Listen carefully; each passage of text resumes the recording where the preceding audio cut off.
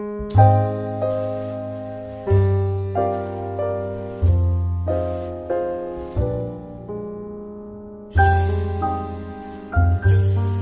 4, which is Sports Park Development, and page 212 is the report.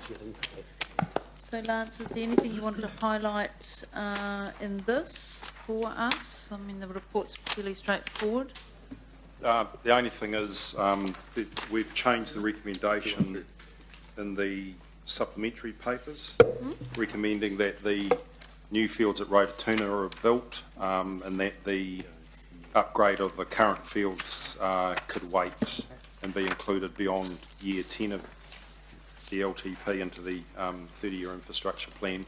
The reason being is that the need is for Saturday play. Right. The upgrading of the fields, the current fields, would not give you any more capacity on the weekends. It would allow more training during the week, which is an issue.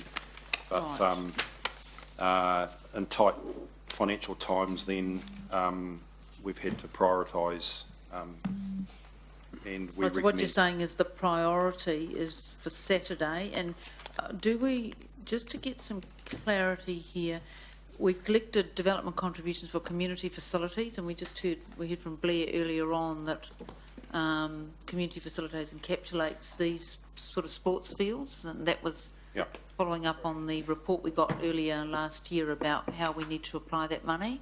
Yes. Right, and number 2, is this sort of part of this whole Rotorua High School? Yep.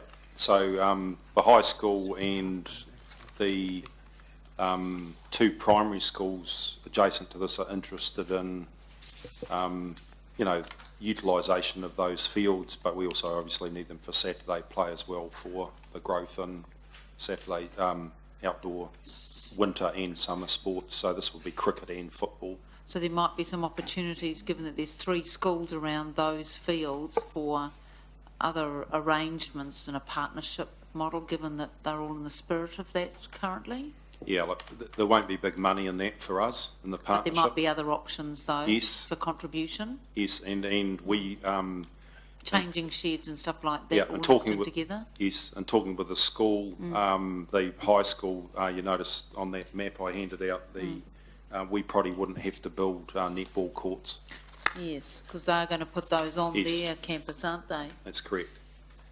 Yes, right, okay. So just... Sorry, Councillor Gallagher. Just noticed that Councillor McPherson actually set his hand up since we looked at it. Right, okay, well you can direct that at Councillor Gallagher, who interrupted, so go for it, Councillor McPherson. So I sense from you, Lance, that there's not much cash from the schools, including the Christian school up there that right next door to us, that would probably want to use it, and they've got not that many sports fields at the moment and things like that. They really want to use the council facility, but like most of the other schools around here nearby, it's not going to be a sort of a much of a share in the cost. Well, they would have to pay the booking fee like we have, through Sally's team, to use the fields and that sort of thing. So there's a charge, and I think we told councils that we collect about 8 or 10% of our operating costs. But that's only about 10%. Versus, say, the subject we were talking about just before, indoor recreation, where it's a much higher percentage of costs,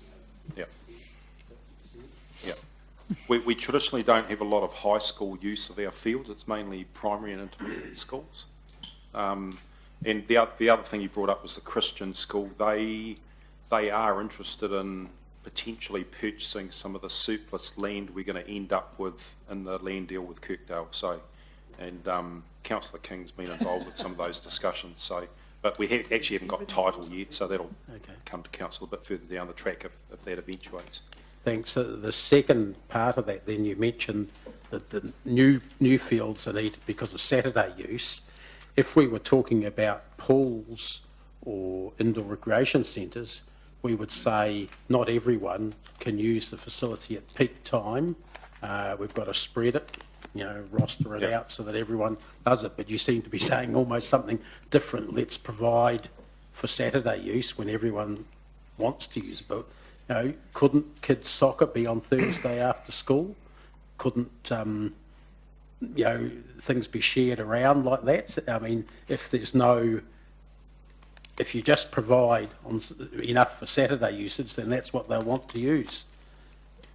Well, it's also for training, but you're right. But there are some limitations, and the big challenge would be getting the sporting codes to change the day or night they play their competitions on.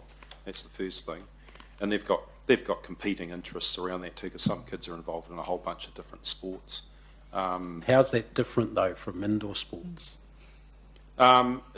It's not, but I think with sports fields, you're getting a wider use and looking at what's happening at Rotorua. It's not just around organised sport, it's also about that casual use, and you know there's going to be a large population up there, and this will provide a green open space as well, you know, amenity space for a whole bunch of different things to happen. So It's like a park as well as a sports Yeah, field. but presumably in terms of the green open space, some of it's got, you know, marked out sports fields on with goals at each end or whatever. yeah, And some of it's got walking or cycling tracks and some trees around the edge and playground on it and things like that. Yeah. So it's already a multi-use thing, and it's not as if when there's no sports on, you're going to suddenly have thousands of people using the sports parks. I just sort of question the modus operandi of staff really here.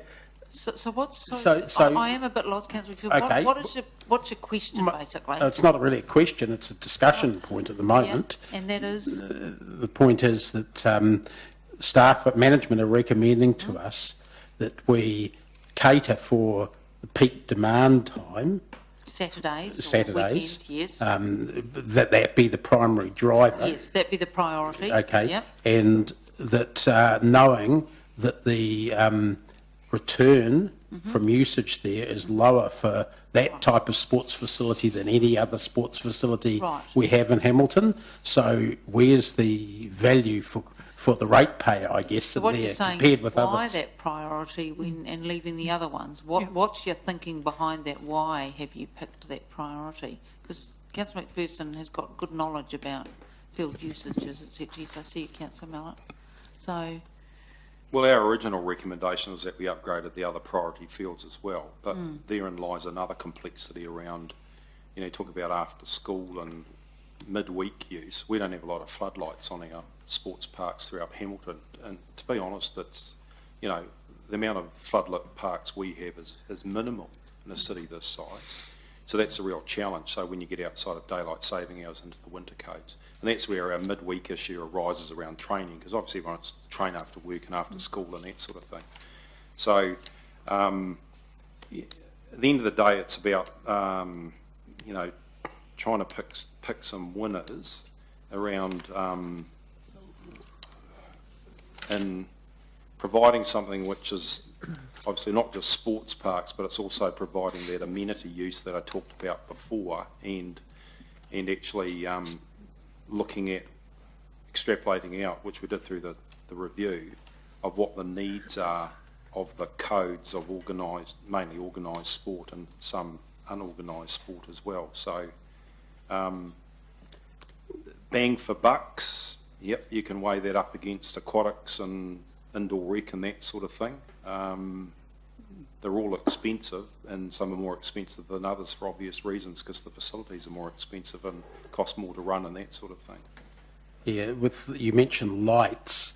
Don't most facilities, sports parks that have lights on in Hamilton, aren't they provided by the code?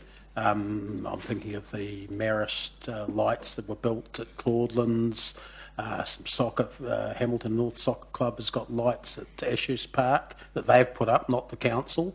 So the option for lights is expensive for sure, but it's not one that's fallen on the ratepayers all that much. It's fallen on the codes that use that park. Fairfield Park, I think there was a share between us and Rugby League or something like that up there for lights. So it's not, you're almost saying we need more lights, council would have to provide them. I didn't say that. No, No, I didn't well, that say seemed that. to be It's what just- you were leading just to. that some clubs are more active in that space than others, like Melville Football Club went and got Eden Park's old lights and put those up. If they want them, they can fundraise to pay for those, that sort of extra. Yeah. But in daylight saving time, anyone can use it up until 8:30, maybe 8 o'clock, 8:30. And in winter, if the winter codes want to use it, they can extra past darkness hours, they can fundraise for lights. So I don't see, I'm wondering whether providing a whole lot of brand new parks up there is going to shortchange the rest of the city in this area. Okay, so can you respond to that? Do you think you're going to be, your recommendation, do you think it'll lead to shortchanging the rest of the city? Because you're preferring... Well, the rest of the city will carry on getting what they've got now, which is pretty average fields. And up there we'll provide for the community and the need for a growing community for Saturday and Sunday play, as well as all the amenity use of that park. And that's the judgment call you've made? Yep. Right. Sorry, Your Worship, there is one other point that I had in relation to this. Sorry, I know other people want to speak. There was staff were doing a sort of a usage and costings review on sports facilities. It's been talked about for a couple of years, so we could I've got that information. Yeah, I mean, in order to make... So the General Manager says he's got the information. Has that informed us? Just hang on a sec, Your Worship. You haven't heard the question I'm going to ask. We're being asked to compare, amongst other things, sports parks versus aquatic facilities versus indoor rec for this extra money, or none of. Surely it would be good for us to see the results of that. Well, you can. I'll tell you now, I don't think, and I'll give you the information with a high qualification around it. It's been difficult to extrapolate. The numbers of registered users versus the actual users, we believe are probably quite different. When we go to sporting codes and ask for the information, and Sport Waikato have encountered this problem too, the number of registered users and knowing who uses what when does get challenging, and then looking at the costs involved to council and then to outside organisations. So we can give you that information. It's pretty raw. You could get a thesis student to spend 3 years on it and end So up what's with, it showing, basically? With your provisos that you've now highlighted? Look, I can't recall. I've read it before Christmas, so I wouldn't like to say it off the top of my head. But so you're saying that the data integrity you're questioning because of the difficulty of actually getting accurate data. That's your concern? Yep. With all due respect, Your Worship, we have been told over 2 or 3 or 4 years that sort of information is going to be available to guide this sort of decision making. Well, we can provide that, but like I say, I'm going to highly qualify because I've got some issues around the integrity of that data and how useful it is. I've got Councillor Forsyth, then Councillor Gallagher. Thank you. Look, I understand where Councillor McPherson is coming from, and that in my mind, what's the capacity for some sort of balance between providing for more Saturday and Sunday usage? Because, I mean, from a netball perspective, we have one facility and that's it. And as our numbers grow, we just have to learn how to use the facility better. And it has meant that we've scheduled traditional Saturday play to Thursday, Tuesday, and in fact it nearly runs every day of the week. So I think there was that kind of model, I suppose, can be reused in other sports, and just providing more fields so that everybody who can play on Saturday and Sunday is not necessarily the only option. And is there some sort of balance that we can strike between still providing some use, extra use for that demand, but also encouraging those sporting codes to make better use of their facilities that they've already got? So is there a mixed model here? Well, if you want to go down that track, I'd be going for if you want a better use of the current facilities, then you're really looking at encouraging clubs to put in floodlights if you're going to change the times they're playing. Easier to do for indoor court and outdoor court sports because it's concentrated, whereas you might have one or two football fields somewhere, and putting in $250,000 floodlights is a bit of a challenge, and you get less use because you only get 22 people or 26 people at a time using it for an hour and a half, whereas at netball, the same amount of light shed for the same amount of investment, you'll get 1,000 people using it over that period. So that's where, you know, Councillor McPherson was talking about, when you get into that analysis, are you comparing apples with apples? The cost per play per hour for those different types of sports. My daughter's involved in equestrian, and I can tell you now that's a hell of a lot more expensive than playing football. So, you know, and It is so convenient, how relevant is that? Yeah. Understand that? It's a choice that you make, I suppose, That's right. isn't it? Yeah. What about, is it cheaper, what's the cost benefit? You haven't got time to do some sort of analysis, but wouldn't it be cheaper for council to provide floodlighting so that people can use sports fields longer than it is to provide more sports fields for them to use during daylight hours? I'm not sure if it'd be cheaper. We'd have to do some analysis on that. Yeah. The thing with football is as you know, you got the historic ownership of certain grounds and the low ownership in quotation marks of certain grounds and that sort of thing. So it becomes quite complex around that, but you know, we'd have to do some analysis of that. And it's not only the floodlights, it's also what the condition of the fields and what they can stand. You could put floodlights up, and if you want to thrash them for 3 hours every night, a lot of our fields, you know, for 4 nights of training week, Monday to Thursday, because not many teams that train on a Friday, you know, the fields may not be up to scratch to play anything on the weekend. So that's the issue, is what the fields can actually stand and play. And we put some figures in there around artificial versus sand carpet versus traditional. And you look at the costs involved. Everyone goes on about artificial turf being wonderful, but it's, you know, it's $208 an hour of play.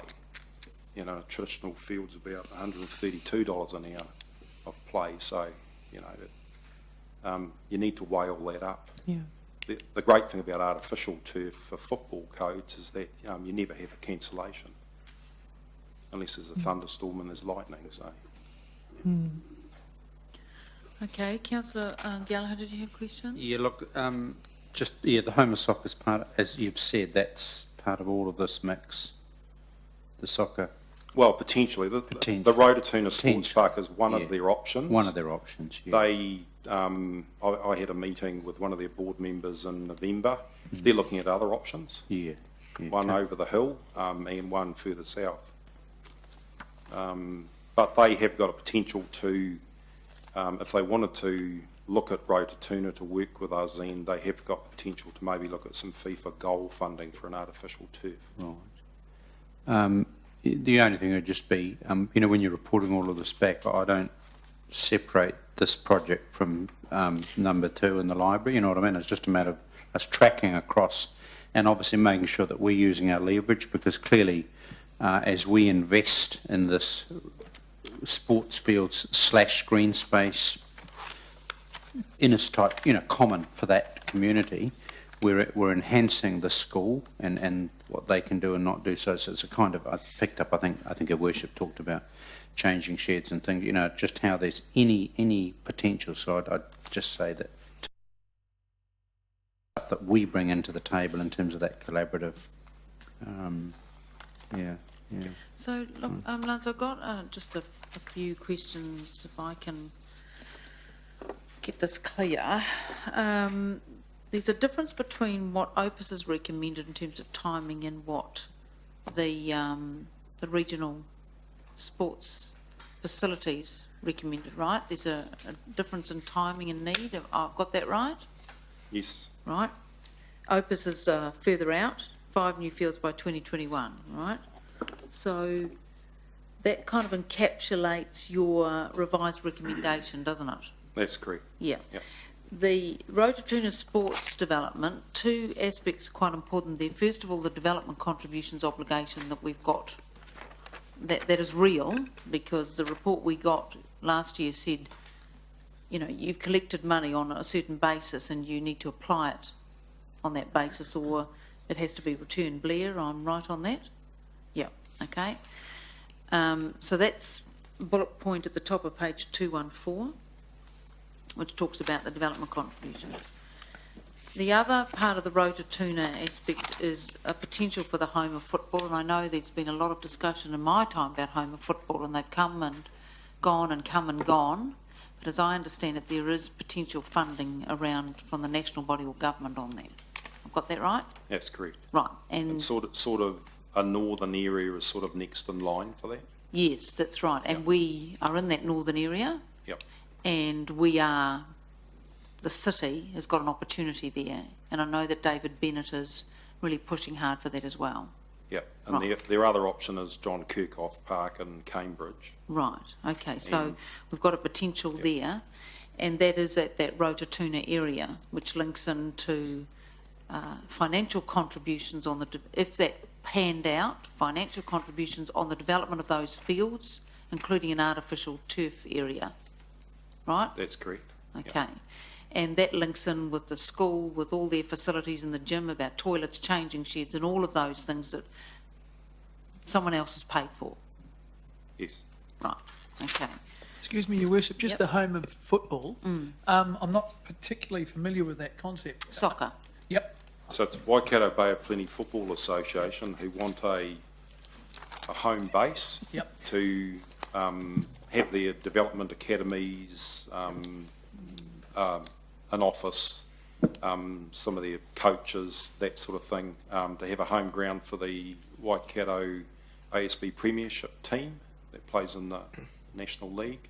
Is this another situation where Martin quite rightly talks about where we end up paying for something that everyone else uses?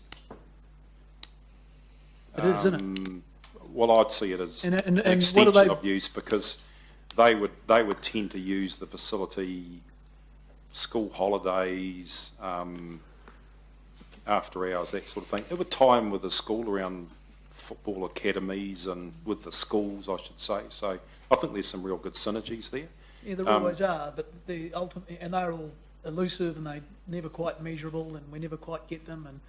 And but what is quite hard and fast is the cost that our ratepayers have to pay for yet another facility, So just so Councillor another Mallett, facility, regional Yeah. facility you- that we're you- paying for. Councillor that Mallett, everyone else is using. Councillor Mallett, because I was actually halfway through my stuff and you just asked a question about what is the home of football. So you've got the answer to that, so you can pick up your questions when I've finished going through mine, okay? So just on the home of football, if I could just carry on with that, that's their investment on the Rototuna area, if that pans out, where they are investing money in developing that facility for their use. That's correct. I've got that right? Yep. Okay. Then contrast that with the other part of this report, which is about the state and condition of our general fields and in particular the soil, really, isn't it? And because of the soil, we have difficulty with consistent use to enable them to use them, you know, through the week and in the weekends because they get mucked up, right? It's generally poor drainage and lack of irrigation. Yes, that's Yeah, right. yeah. So that's where the sand carpet comes in because Yeah. that extends that. Yeah. And you've done an analysis at the end of this report about artificial turf versus sand carpets and the cost. And while artificial turf sounds good, the sand carpet probably is the better option for this particular city. Right. I'm just trying to understand the benefits of investing in the sports fields as opposed to the Rototuna. I'm just trying to sum up in my own mind what these are. So the sports fields one is you would roll out an upgrade of the fields with sand carpets, and that would deliver more practice time because you could use them for longer, right? Have I got that right? And more use in the weekends because the turf wouldn't be mucked up from the training. That's correct.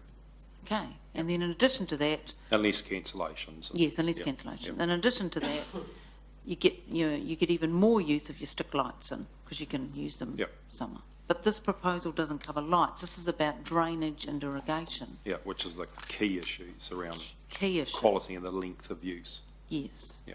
Right. And you have prioritised the Rototuna sports fields over that because your assessment is that's a better investment. If we're going to invest in something, it's a better investment because of those things I summarised. Correct. So all the other influences that you summarised around the partnership with the school, the Yeah. potential of home of football, Yeah. the expectations of developers, the growing community, et cetera, et cetera. And all the DCs we've Yep. collected Yep. and that kind of stuff. Yep. Right. And also 12,000 people living in that Rototuna area alone, because that's what the population, that's what the information from the latest census told us. So there's about 12,000 people living up there, most of whom have children, as well as everything else outside our boundary that'll be using that. Yeah. Okay. And more opportunity for some kind of potential. All right, I just wanted to get that clear in my own mind. We're not talking about lights, we're talking about sand carpets versus other opportunities at Rototuna. Can I ask the CFO a question? If, based on this report I've read and what Opus is saying, our fields in terms of turf are in not a very good state and probably need some attention with this sand carpet rollout.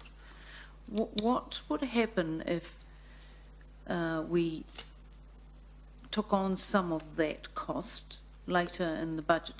Can we do that? Can we do essentially both of these, but not the full extent of the sand carpets? Your Worship, you could do some of the capital work, the 6.27, whether or not you could do all of it within the 200% limit, we'd have to wait to see Yes, what other yeah, funding you probably proposals come couldn't do through. all of that, that's right. But that would be towards the tail end. Yep, tail end, I get that, but I understand from reading the reports where that fits. Okay, thanks, I've had my questions answered. Now, Councillor Mallett, did you have some more questions on football? No, I think that was the issues I was talking Okay, about, was thank whether or you. not we're going to the same trap of providing a facility for everyone to use, but we pay for. Can I just say the home of football is by no means certain to be in Hamilton. Right. I've been here for 5 years and they've been talking about it for that 5 years and 5 years before that. Yes, You know, Waikato Bay of Plenty Football have just got a new CEO coming in who used to be the H3 manager here, Mark Christie. So, you know, they're going on a journey as well from a particular position. Look, they're keeping their options open. I'll be quite frank, they will be looking at who's going to invest the most in this. They can bring some stuff to the table as well. But, you know, they've got a lot of work to do to think it through even more than what they have, and that's what I challenge them on. They need to go away and be very clear on what their proposal is, because to me, from where it was 3 or 4 years ago, it had become unclear. So I've spoken to Patsy Davies, their chair, and also their previous CEO about that, and one of their board members, Derek Shaw, who's in charge of that. So we've given a pretty clear message around that, and it's not just about the council setting it up for them. This funding is about the basic sports fields at Rototuna, developing that park there. It's not about building them a set of offices or anything like that. So, So there's nothing involved with home of football in this. well, basic fields, Gary, but not you know, not putting in a stand or an artificial turf or anything like that. right, are there any other questions on the sports fields? Yes, Councillor McPherson. Just in relation to the timing, the rationale for this funding being available, according to the staff recommendation, ahead of the indoor recreation funding or the aquatic facility funding possibly, you know, it's timing. I may be reading this wrong. It's about the same time. It's about the same. Yeah, yeah. So isn't that a bit of a bow of funding? It's where that, as Paul said, it's where that wedge of availability kicks in, and you can see in the priorities, like in having to prioritise indoor rec, aquatic sports. You can see that indoor rec is number 2 on the sheets after founders. So that's our staff recommendation of that the first priority, we believe, is indoor rec over aquatic over sports fields. So the starting time is driven more by things like the Ministry of Education or intakes of ability to start. And our funding ability, essentially. That's one of the key drivers, yeah. And is it also the recommendations in that Waikato Sports Yes. Facilities Plan about Yep. timing for demand? Yep. Yeah, okay. All right, any other questions on this? Yes. LED lighting, solar powered LED lighting coming in, I can see over the next 10 years. That's, it's going to be a much cheaper option to install and to run. To get lights on the paddocks from say 6 till 9 or something, not 24 hours, not all nights, but I can see the cost of that coming way down. Yeah, I think you're right. I think And the different installation costs as technologies well. will make it more accessible to the clubs under our current policy of raising for that. I think Councillor McPherson brought up a good point before that.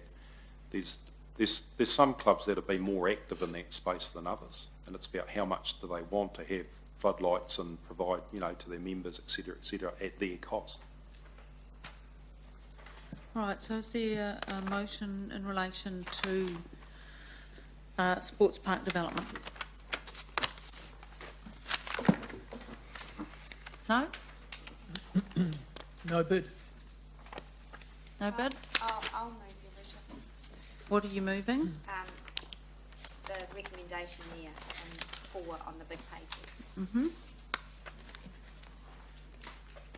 Is there a seconder for that? Yep, I'll second it. Seconded by Councillor Young. Where's this? Sorry, what page is it? Page Oh, on 13. the big sheet, sorry, yep. Right. Any, do you want to speak to that, Councillor O'Leary? This one here, No? sports park. No? Anyone want to speak for or against? Councillor Young, did you want to speak to it? Just briefly, I do believe in Rototuna area, so far there's no sport park, right? Except the junior football, they run games on Saturday along Thomas Road. And as mentioned, there's 12,000 people who live up in the north. So I do believe there is a need for a sport park. And I do remember a few years ago, the Home of Football, they talk about the plan for the Mangiati Park. But I think eventually the residents, I was one of them, fought against that. Now, I do believe we do need one of those. And also from time to time, I receive comments from the community. The sport field in Hamilton actually is quite hard. As you mentioned, when it's heavy rain, the flooding, when it's dry, it's just hard to play. And also the games, they want to book a field, is quite difficult. And actually, I just spoke to the Fiji community yesterday, and they've been trying to book the sport field, but it's really hard for them to get one. So I think there is a need to improve the field and also have a field in Rototuna. Yep. Okay, thank you. Anyone else want to speak for or against? There's just an error. It's, Councillor O'Leary moved item 4 on the A3 sheet. What's up there isn't that yet. Sorry, Your Worship, just a question arriving at Councillor Young's statement. Could I ask the General Manager where the nearest sports parks are? Because I thought there were some others up in the North East. Glenland Ave. Lance? I'll ask. Just rough. Sally, have you got the answer to that? One on Discovery Drive. Yeah. There's Flagstaff Park. I'm just looking at them here on the Sally will have them. Where are they, Sally? There we the one go. on Thomas Road. Yeah.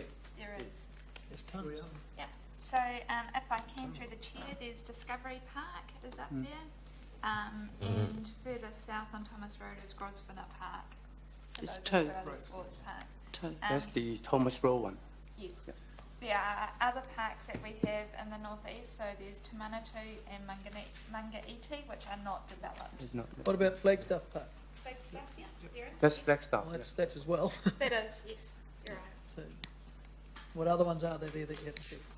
Those are the 3 sports parks, so that's Grosvenor, Discovery and Flagstaff. Is that mainly for rugby, is it? In terms of passive, non-formal play, there's quite a few others as well, aren't there? There are indeed, and there would be quite a big list for me to go through. Thank, So those are the 3 sports parks. thank you.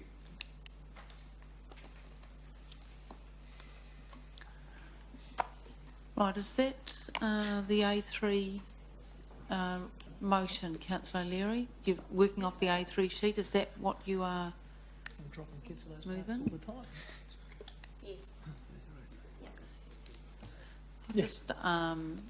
I'll just add a comment. I think one of the important things I want to hear from is what the community think about the ranking of priority here. Because we've listened to the expert views of the General Manager, and this is his view about what is the priority. If the community, particularly the sports community, and Sport Waikato, for example, they think something different, they will have that opportunity to tell us that. But I do think it is important to put out to the public a topic for discussion so that we hear if there's something different. Because some of the questions grappled with in this session have been about that priority. So I think it's useful to have something to put out for discussion and debate. All right, so, I'd like to move an amendment. yep, go for it. And I don't have the exact wording, but I'll, off the top of my head, it'll be something like that staff present to us on the 25. 25th of February, a balanced sports park development program for this LTP that includes some rototuna sports fields and some development of existing sports fields. So that's the 50-50 model. So is that half or a portion of Rototuna? Proportion, Your Worship. I wasn't coming up with exact percentage. No, I know, but I'm saying. Sure. Is that doable? Oh, I just think it's going to be a bit strange if you have earthworks going into a site and you do half of it and then leave half of it. I think it would look a bit strange. Well, I'm not wouldn't be suggesting that earthworks happen in the whole thing, only in the place that's they're part of it that would be developed. I mean, there are other parks that have been, the one down at back of Nogue Park was developed in parts, for instance, in segments, phases. I'm not saying that's the answer, that I'd like to see something come back to us. So we can My see. question was, is that doable within the time frame for you to present? Because I'm just interested in implementation by the 25th. I'm not entering into a discussion about whether it's appropriate or not. It's just, is that doable to provide that report? Can you do that? During one agenda deadline, so in the next 2 weeks, can it be completed? Yes, just bearing in mind in that time frame we won't be able to get detailed engineering advice. That's actually quite a wet site. So A Rototuna? yeah, and there's big drainage issues. There's a big weir going in for dewatering the school site and all sorts of things. So yes, we can do it, but it may not be completely comprehensive. Okay, is there a seconder for that amendment? Councillor Gallagher, seconding it? Right, any other comments? No? Right, we're going to vote on the amendment. Is that the wording?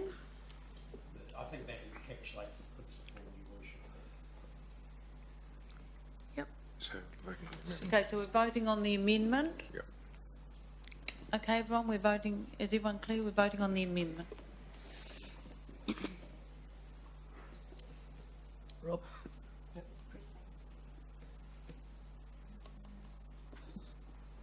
The amendment's carried, 7 votes to 4. Right, okay, so that's now the motion. So we're voting on that. That is the motion.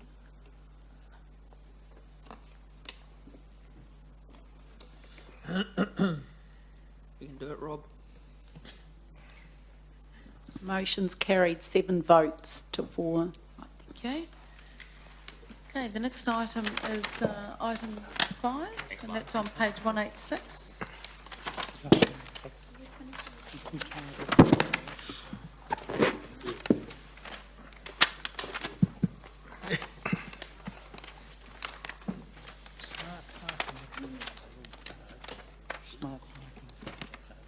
Right, so, Chris, thank you. I think the report is pretty clear. Were there any points you wanted to raise? The recommendation is pretty much the same. Yeah, the recommendation is to roll out the technology over 10 years. It's cost neutral relatively. It's Yep. to work within our existing group budgets to roll it out. Okay. Any other points you wanted to raise in the report? No, I think No? I'm just happy to answer For any questions. Okay. Councillor Mallett? Thanks, Chris. What are the savings, what are the services you've got cut back or where have you found your savings? It's in the number of parking wardens. So part of the proposal is really good information coming back in a computerised format. So it'll allow us to be more Kind of efficient digital in how wireless we... type stuff? Yeah. Okay, so that, sorry, I haven't read this part of the report. Is that paid for in 1 year or 10 years? Or do you remember?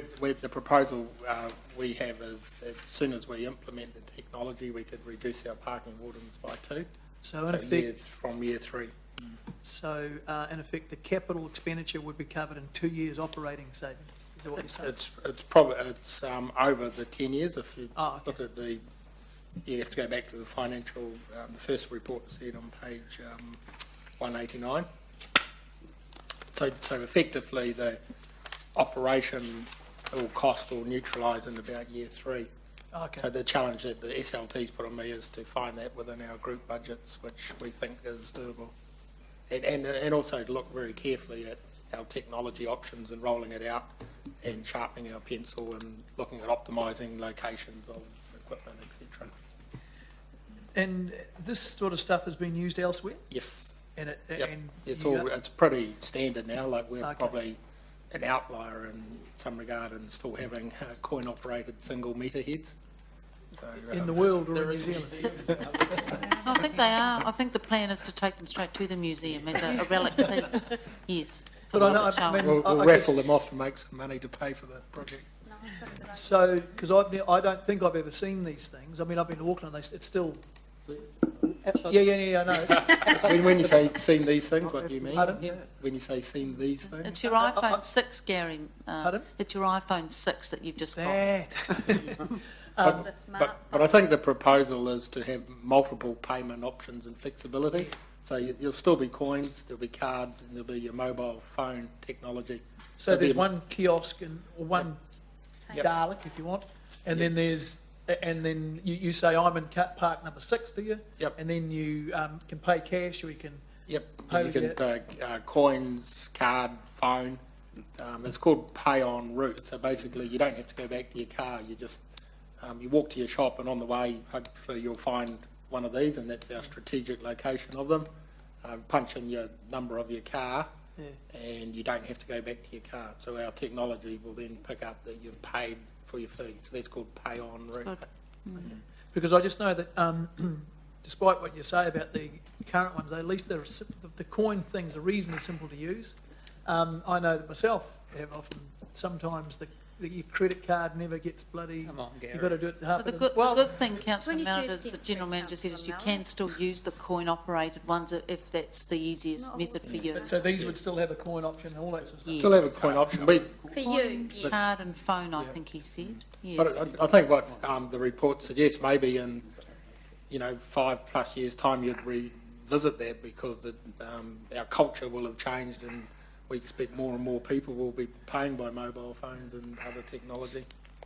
So at this point in time, Councillor Mallett. Councillor Gallagher, did you have a question? Do you have a question? The Barton Street, is that the one where you go to some pay and display, yep. So we've got a number and of then you go back to your car because apparently you have to tell them the parking number, Yep. and your daughter says you're a retard, and it's not designed for retards. How do Well, I you said, know well, what my this is her terms. I said, well, actually, it has to be designed for me because it's not effective. So is that that thing that you have to go back and put 126 or some stupid parking thing? No, at the moment you'd probably go to a pay and display and get a little ticket, and you'd Yeah, go but it wouldn't work. put I it had to on put my your- number on or something. Yeah, so I you had to will. go back to my car and come back. So at that time, I was about to go to the No. base or Chartwell. You- Is you put it- that's the one, is You're it? putting your car registration number in, I think. Well, I mean, the serious part of the question, because this is technology's great, But my psychology in that was expletive deleted. Yes, it should be designed for people like me, daughter dear. I'm off to the base or or I don't have any of this stuff and nonsense. So how is this going to actually, just help me here, and I don't want, it's not the time for the big debate, it's sort of just a funding issue. How is it going to encourage people to shop in the CBD? Is it simpler for us in the end when we get our head around it? Look, I think it will be simple for most users. Good answer. All right. Yeah. But look, the technology, it's sort of unbounded, really. Like, shops will be able to use the technology. You'll be able to use your mobile phone to find out where parking is available. Right. You'll be able That's to. good. Shops will be able to do things that provide discounts to their customers if they want to discount their parking. They'll be able to do it through the mobile phone technology. Like the shop cinema, here. you know, the car park with the cinema. Yep, and it'll all be Lido done thing. wireless through your mobile phone. We just think that'll pick Yeah, up and okay, increase over time for a sector of the. And you do there's a tuition class and all this? I'm sure your daughter can give you some lessons. Yeah, okay, cool, thanks. Parking for dummies. Right, okay, are there any sensible questions? Councillor Tooman, I'm sure you've got a sensible question. Chris, when I read this here, of course, the first part of it says that parking in the central city has become a contentious issue for a number of years. When I speak to most of the people around here, they mainly shop at the base because, one, they tell me that there's free parking now. And I know that the base has got the little things that look like a drone or something which is stuck to the road, which actually monitors flight list of drones. which actually monitors the length of time that a person is in there. Yeah. When I read this report, and I've read it a number of times actually, because I'm wondering whether or not why we need to charge for parking in the CBD. If we're actually serious about the rejuvenation of the CBD, one way surely, of course, is to have free parking within the CBD, and to get your turnover, which is real important, you can do that through time limit parking. The system here, I see, would also manage time limit parking, and all it would do is actually flag up to say once you'd exceeded your P60.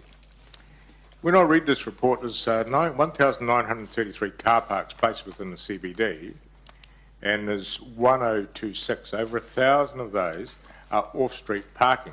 So really what we're going to do is we're going to introduce a system from my reading for 907 car parks within the CBD.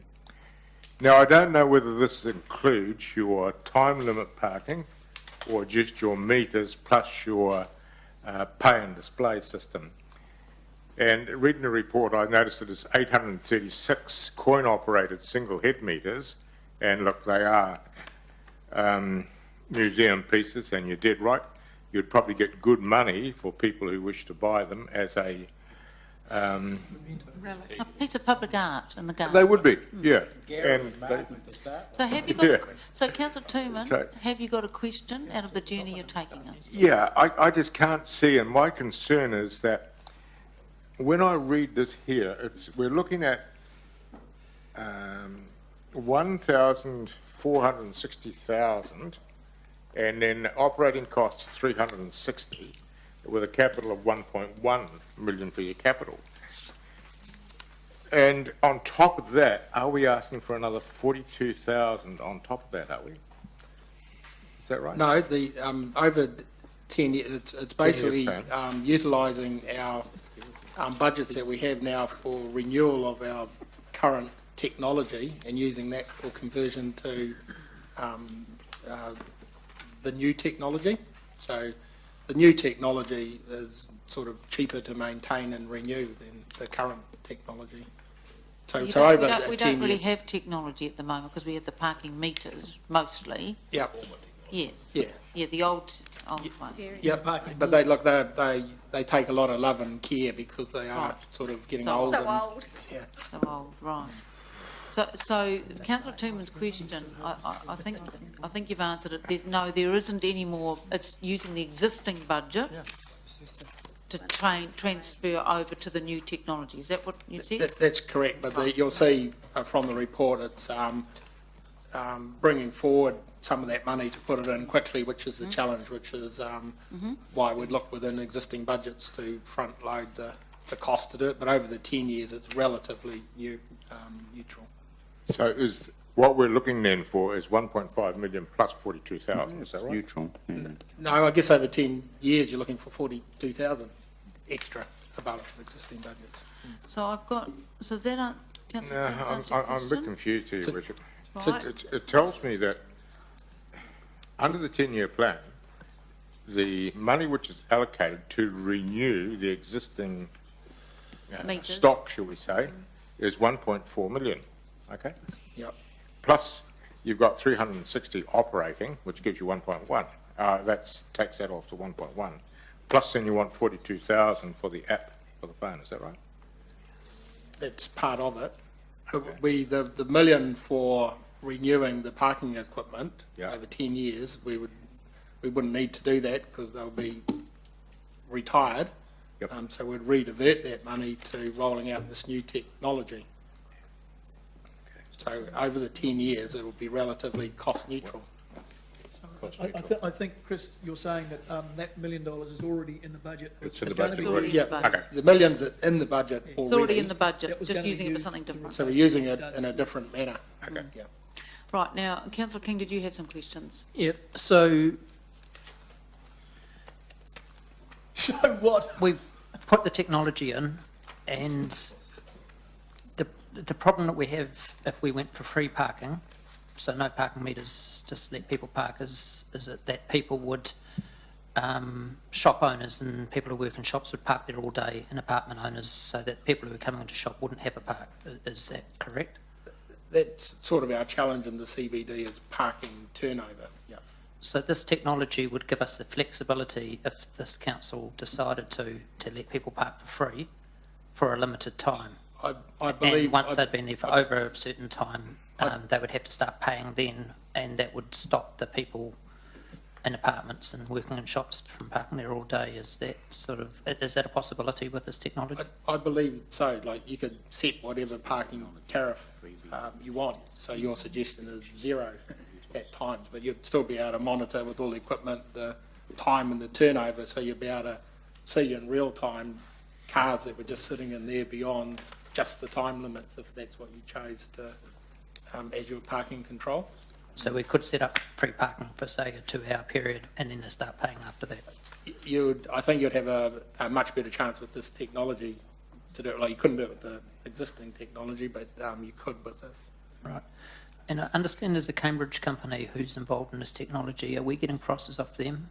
Yeah, we haven't explored that yet, obviously, but the Cambridge company, when they first started, Councillor Dave will remember they came in to give a presentation to council, and we actually trialled some of their equipment and helped them in their very, very early days. So I'm sure they'll be a player in the market, but obviously when we move to that, we're going to explore the market and just see what's best and what's So that'll come back to us Yes, if this is value. passed for us to approve. Oh, delegations, I suppose, depends. Yeah, it depends on the Yeah. delegation, but there will be, even for stuff that doesn't come to council, it has to go to SLT in terms of business case for some smaller stuff.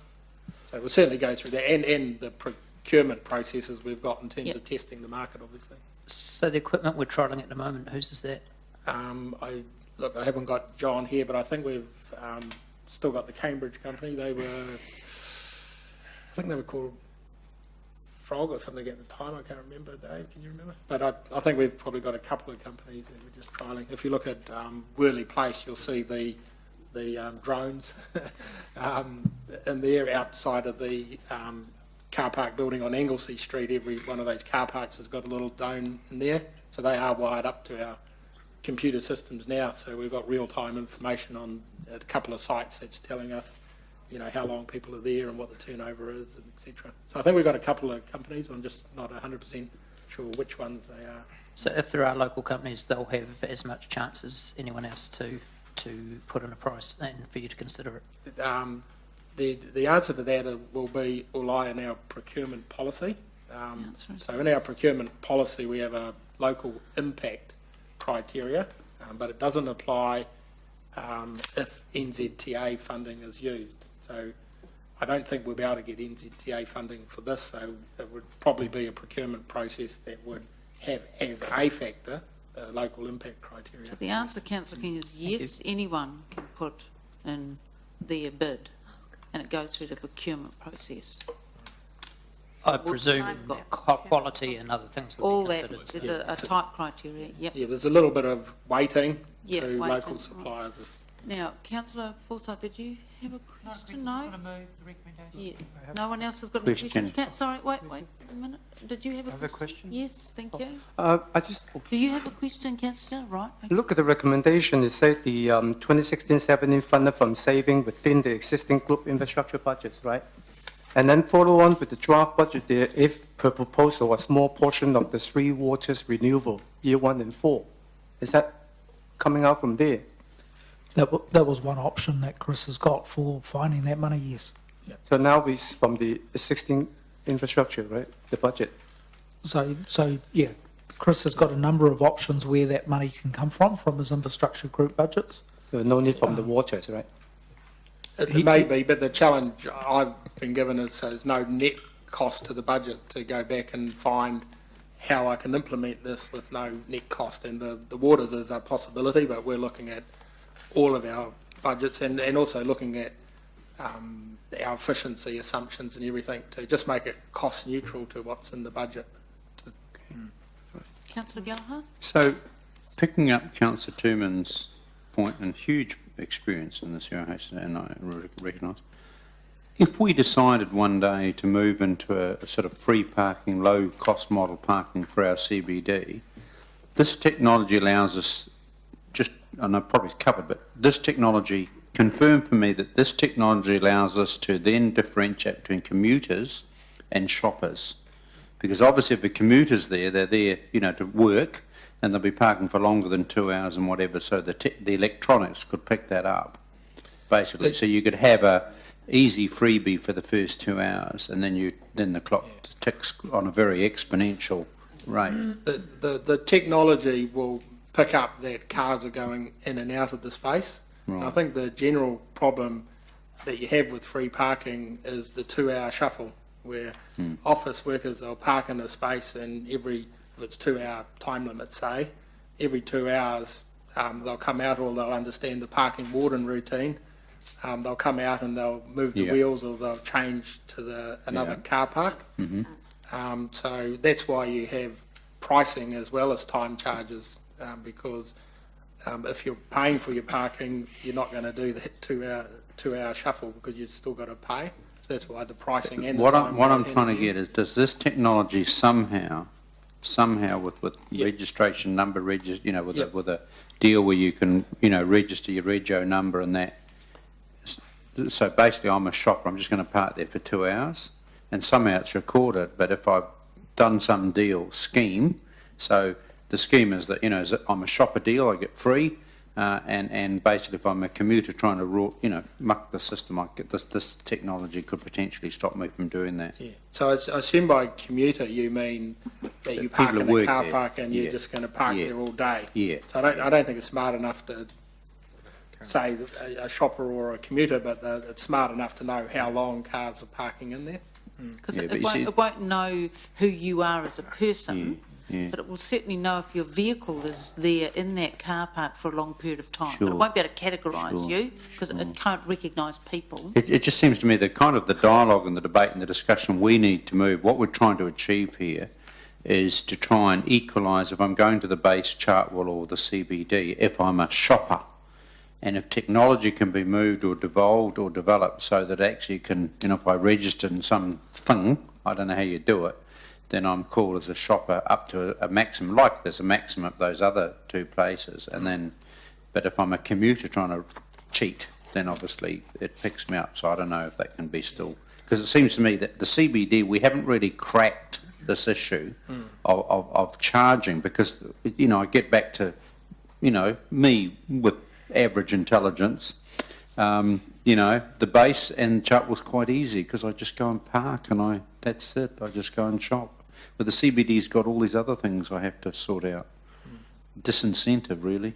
Right, are there any other questions on this? Yeah. No? Yes? I just want to follow up on where Martin's going there a bit. Is it only sensing the car, or do you load in the rego number of the car, so if somebody park jumps, it'll pick up on it?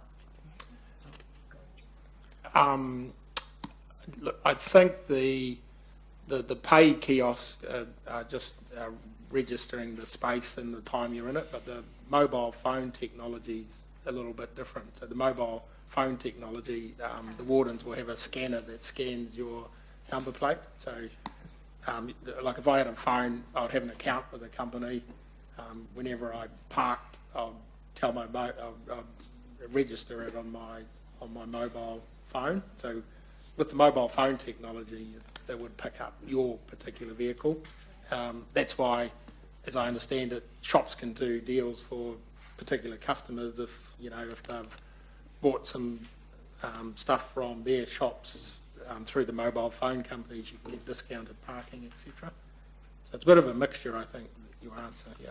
I mean, I just see synergies here with waking up the city by sorting out the parking and making it free for a limited time. And I'm just wondering where Martin's been, if you can really sort out stop park jumping and things like this, you could really change the city by bringing people back. But by doing that, we're also going to lose income on the first 2 hours or 3 hours or whatever we choose to do. That's always one of the balances for council, is the income issue, yeah. Where I'm heading is, as part of this parking technology, if the wish of this council was to open up more free parking for a limited time, should that be part of the budget? I think, Councillor King, this is a proposal about technology for parking. The wider debate about free parking or proportion free as a management tool for the central city will be a discussion about that central city transformation plan that we're working on, okay? Because that's a lengthy debate, could I suggest. This is about parking technology, but your question's about, does the parking technology enable that kind of flexibility if we chose to go there? And reading the report, it says, yes, it does. No, I've moved on from that. Good, right. Where I'm up to now is that we're setting budgets, and to do this is going to cost the city income. As far as... Well, we don't know, no. As far as letting people... The report's not saying that. No. Because the report is proposing that we carry on with our parking regime as it currently is, but if we had a debate about should we actually have some kind of free parking, yeah, you're right, could impact on that. Right now we're setting the budgets for the next year. Right. We're looking at changing over to smart parking. Mm-hmm. We're also very aware of a bigger picture of getting people back into the city. Mm-hmm. What I'm suggesting is the money that we're going to, if we were going to lose money by letting people park for free for a certain amount of time, don't we want to include that into this budget rather than wait till next year? But or does your city transformation plan... This is proposing no change to the parking regime. That is, you pay if you park on the street. The debate about whether we should, gosh, I'd probably turn to Councillor Lee about how many trials there have been on free parking in the CBD. It's been lots. But yes, most certainly we will have a discussion about parking in that Central City Transformation Plan, yes. And then all the reports about the free parking trials can all be trolled through and the outcomes of those discussed. Whether they did in fact deliver any difference on the street. Will you have a budget there to cater for this type of thing? At this stage, the budget would be prepared on the basis of the current policy around parking. But if there was a change to that policy and it occurred before the 30th of June, then we would make an amendment to the budget. Do you have a question, Councillor Mallett? Just one more question. When is your transformation? Well, that is the Business and Investment Subcommittee's piece of work. It's not mine. It's that subcommittee's piece of work, and you know where that work program's tracking. So my recollection is that we're due in the next couple of months to bed down a draft on that. Thank you. Yeah. Councillor Mallett, question? Thanks. does this technology smart enough to bill a retailer for a discount? So, for example, and I understand what you're saying, someone can say, come and buy, and we do it already, with bits of paper. You buy something in centre place and you can take it to the parking guy and he'll validate your ticket so that you don't have to pay if you're parking on the way out. So is this technology smart enough that it can, if you go and shop at a retailer in the main street, the retailer says, come and buy something from me, more than $10 you buy it off me and your parking's free. Is it smart enough to bill the retailer or identify that? Definitely through the mobile phone parking payment. I'm not sure on the pay kiosk. I'd have to seek advice on that, but clearly through the mobile phone technology, those sorts of things can happen. Right, is there a motion on this? And I'll second your. Right, so it's moved by councillor Forsyth, seconded by councillor Leary. That is the recommendation on page 14, am I right, of the A3 sheet? Could you put that up, please? Did you want to speak to councillor Forsyth? No, councillor Leary? I'm just going to make a brief comment. I think parking technology is an absolute essential in the city. We're way behind the 8 ball, but putting that aside, because that's not a reason, one of the major challenges facing the CBD is the parking debate, and it'll go on and on and on, and I think it'll go on and on forever, to be honest. I don't think it'll ever go away. But one of the things parking technology does is it provides flexibility. And one of the constant themes in the parking debate is the lack of flexibility. So picking up on some of the comments around here, because I have read up extensively on parking technology, because I do think it is a really good initiative, and it does enable us to do the sorts of things that Councillor King talks about. That is one of the advantages of it, where you can set free parking for a particular day, or you can set it for a particular couple of hours. It also enables people to have flexibility about payment. So it caters for all categories, and Councillor Gallagher's concern about his daughter's comments about his ability to use the technology. The advantage of parking technology is it still retains the ability to put a coin in a slot and get a ticket. And so that covers people who are a bit nervous about using the iPhones. One of the major challenges we have in the CBD is there's no park. There's no place for me to park on the street outside the shop. If you are technology savvy, you'll be able to look at that and find out where your park is right by the shop that you want to go to. So, what I'm saying, I guess, is that some of the very common themes and common criticisms about parking in the CBD will be addressed by parking technology. And I think Councillor Gallagher's right. Perhaps our challenge will be training everyone to be able to use it to its full. Will be perhaps our main focus. So I really encourage people to get behind this. I think this has got the potential to be a really, really good outcome for the CBD, mainly because of its flexibility and how we manage the CBD. So Councillor Toomey, I think it really will address some of the concerns that you've raised about how we manage parking in the CBD. This will give us the opportunity, rather than having meters which are permanently fixed that have no flexibility. And when we put little hats on them, people take the hats or ignore the signs on the hats. Anyone else want to speak for or against? Yeah, I wish to speak against the motion, Your Worship.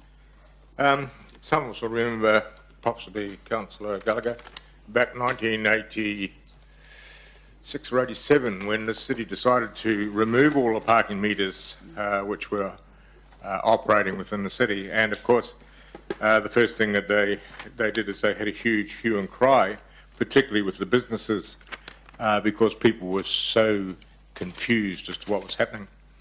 When I look as to what's happening with this here, according to my calculations, if we go down this track, each parking bay should be returning $2,565 per annum. That's if we kept it at $2 per hour parking. When I look as to what from the previous finance committees, and I notice it's no longer on the finance report, I think it was about October last year, we were $900,000 behind what was projected for October. Until we can actually get some better information, I will not be supporting this motion. Okay, Okay, thank you. Councillor Gallagher? Yes, I'm very mindful of Councillor Truman's contribution and experience. I will actually at this point be supporting it based obviously on the further information and the business case, and I think this is the start of a journey, but I do agree with the Mayor. You're probably right. Probably you'll never solve CBD issues, I don't know, in terms of parking, but I do think it gives us a potential to use technology to maximise flexibility and all the issues that Councillor King raised, in terms of free parking, all of that I think could be added into the mix. It seems to me what I'm looking for is that, if you like, the toolbox that then gives us far more flexibility, I hope, to actually manage parking and incentivise people coming into the CBD. If the case doesn't stack in terms of Councillor Truman's concerns, then certainly I wouldn't be ticking off at the final level. But all this is really doing is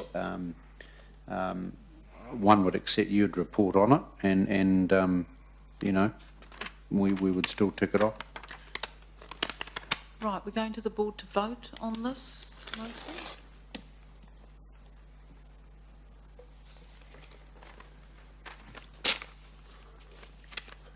Okay. Right, so 10 votes to 1. councillors, it's now well past 4 o'clock, so we're going to adjourn till tomorrow morning. If I could just cover off where we're going to go tomorrow. So we've got item 6 to deal with, and then we've got 7, 8, 9 and 10.